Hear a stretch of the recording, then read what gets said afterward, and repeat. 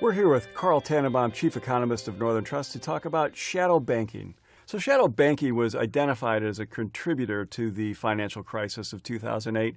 Why is there so much continuing attention to the world of shadow banking? First, let me define what shadow banking is.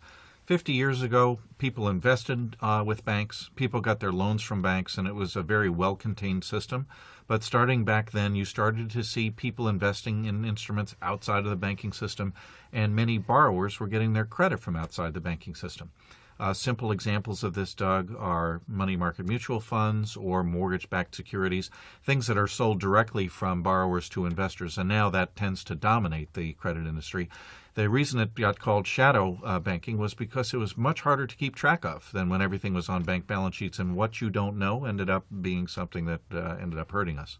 So has the regulation that came about after 2008, has that addressed the risks of shadow banking? Yes and no.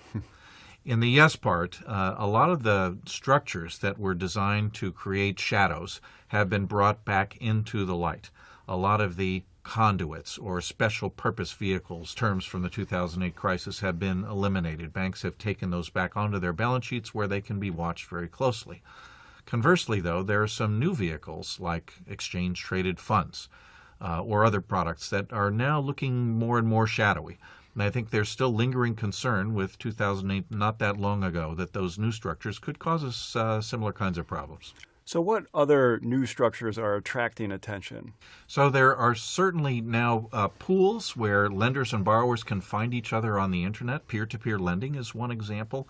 In addition, there are funds that asset managers are generating where they will buy loans that are made to small companies or even to people and sell them directly to investors.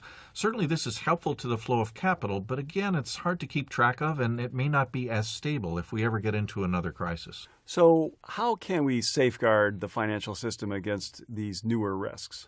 I think we need to remember that the financial system is never going to be completely immune from risk. In fact, risk is what makes the financial system work. Nonetheless, I think the sort of enhanced reporting so that we know what's going on in these new structures, as well as a little bit more monitoring to ensure that there's appropriate capital and liquidity in the system, would help us feel comfortable that if a meltdown ever occurred, that it wouldn't go to the depths that we saw in the last crisis. Thanks so much. You're welcome.